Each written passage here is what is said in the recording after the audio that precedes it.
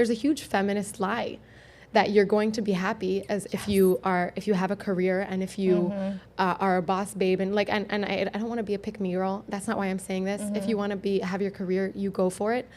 But I noticed for myself that I was doing that against my nature. When you say pick me girl, define that.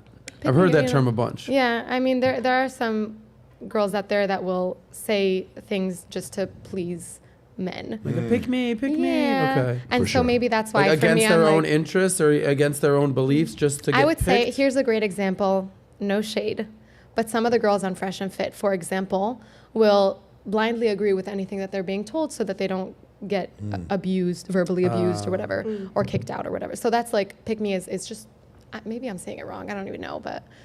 I'm not going to have an opinion just because I want to be accepted. Gotcha. This is my actual opinion. Women's rights. But we can't define what a woman is. But also men can be women. And no uterus, no opinion. But also men can get pregnant. Men are oppressing us. But also, it's okay if biological men take over our spaces and our sports. Women are so over-sexualized in this culture, but it's empowering if women are the ones sexualizing themselves. Are you guys quite done yet? Like, are you okay? That just about sums it up. This is my friend Brianna Robinson. You should absolutely go follow her. She's fabulous. It's incredibly hypocritical, as everything is. Modern day feminism is not consistent in the slightest. Somebody commented and said, high empathy and low IQ generally correlate with feelings over facts. I mean, that's the basis of modern day feminism. Modern feminine women are now promoting a dangerous narrative, which is that they believe they can function in societies without any men in those societies. This is a dangerous narrative because it will misinform young women about how they can do that, without ever having to work for it.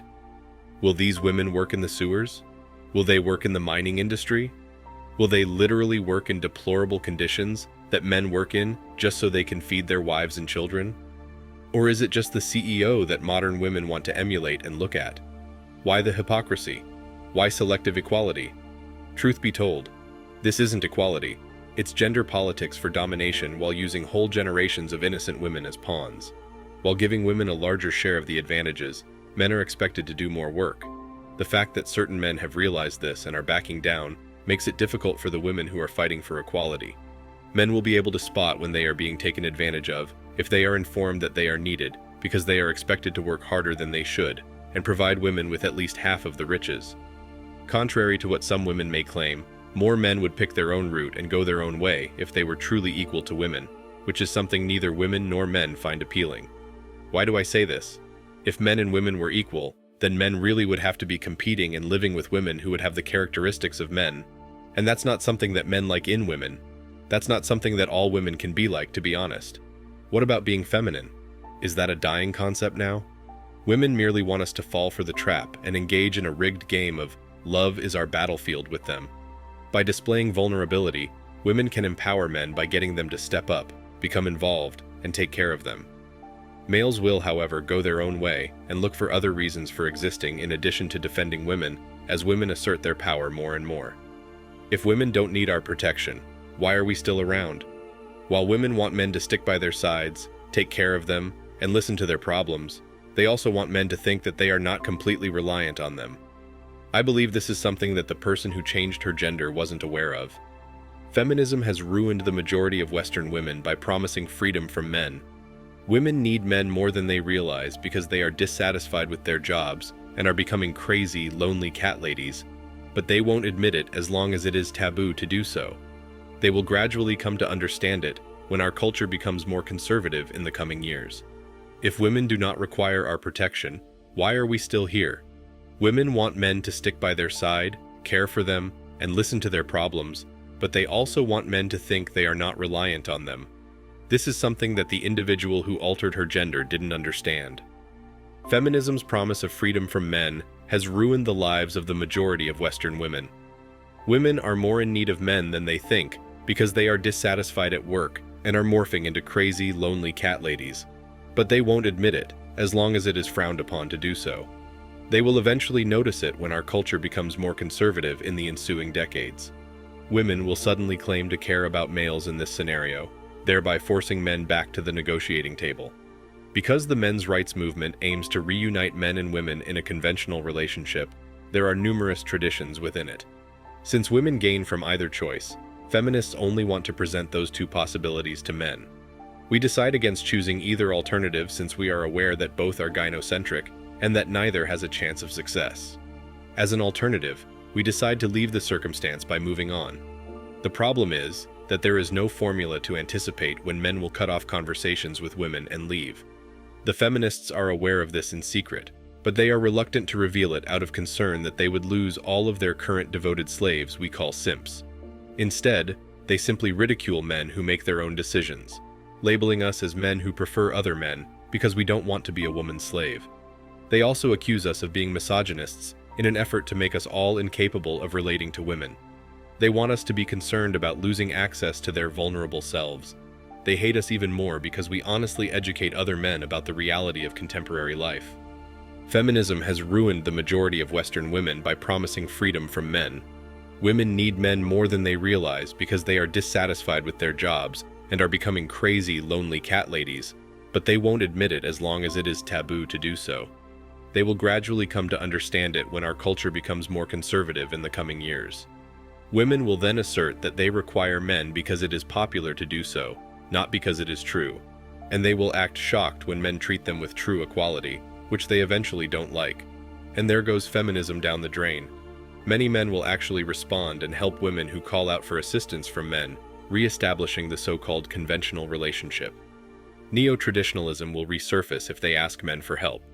When numerous men come to help them as a result of their appeals, a new type of neo-traditionalism will undoubtedly emerge. In exchange, they will receive traditional relationships.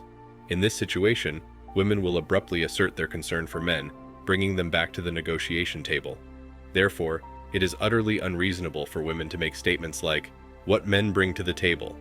The meat and vegetables that are on your plate and that are on the table were probably all raised on farms that we created. Men also likely worked on the water mains that allow you to fill your kettle or drink water with the meal we produced. The beer that you can drink to eat with the food that we farmed was likely created by us working at the breweries. So if you want one with your dinner of food that we farmed on a table that we made. Men laid the foundations for the male bricklayers to build a house that the male roofers could put a roof on, so then you and I and everyone else could eat their dinner farmed by men. He continued and said, "Drink the drink that's been produced by men on the table that's been built by men. So I think we bring more than enough to the table." Throughout their lives, men are supposed to do everything for women and literally dedicate their lives to providing for, protecting, and helping women. And you know what? Men do that with a lot of joy, and it brings them a lot of satisfaction when they know they're being the providers. It gives them a solid purpose. They do it proudly because that's in their nature. I'm talking about high-value men, not a simp who starts crying if he gets rejected by a girl. But the question is, why do women expect everything from a man, especially when all they can do now is talk about equality and how men have oppressed and controlled them? It's quite true that modern women have become too entitled. Women should be aware of the hypocrisy with which they live, which includes expecting others to take care of everything while simultaneously marching through the streets waving equality flags. But one thing is certain. The main weapon modern women have and employ against men is manipulation. They've been accustomed to it since they were teenagers and will keep using it till the day they pass away. They will attempt to manipulate your feelings in order to get what they want, because, as we all know, they believe they are entitled to it. They will try to manipulate you into buying them gifts, into being okay with them seeing other people, into moving closer to where they work, and into believing in whatever they want you to believe. There's no end to it, and it frequently succeeds with weak men. They are primarily chasing one thing, and they will put up with abuse solely for the sake of that one thing, which we all know. Thus, they fall for the manipulative tactics of women, both intentionally and unknowingly. As I previously stated, women's entitlement is unjustified, and men no longer need to make exceptions for them because they clearly don't understand what their place is in contemporary society. If a woman makes an unjustified or incorrect claim based on her inflated ego and entitlement, men need to make sure to put her in her place. The entire equality discussion gives off the impression that women will only receive partial equality. As you can see, women desire equality, but they also want to work for it. An illustration: women still won't be queuing up to work in the construction sector. They will discuss equality in order to limit their ability to serve as CEOs and board members of businesses in the construction sector. They will only discuss their military service as leaders of businesses in the defense sector. Even though they simply want to run government entities, they will talk about equality in the government. It seems equality for women is about taking control and taking over positions held by men who have dedicated their lives and climbed the ladder by sacrificing their everything just in an ultra-competitive world. Thanks for watching Man Reacts. Show us your love and support by liking this video, sharing it with your friends, and subscribing to the channel. Support us and help us spread support for men around the world. Do comment and share your thoughts. We're always up for a healthy debate and discussion.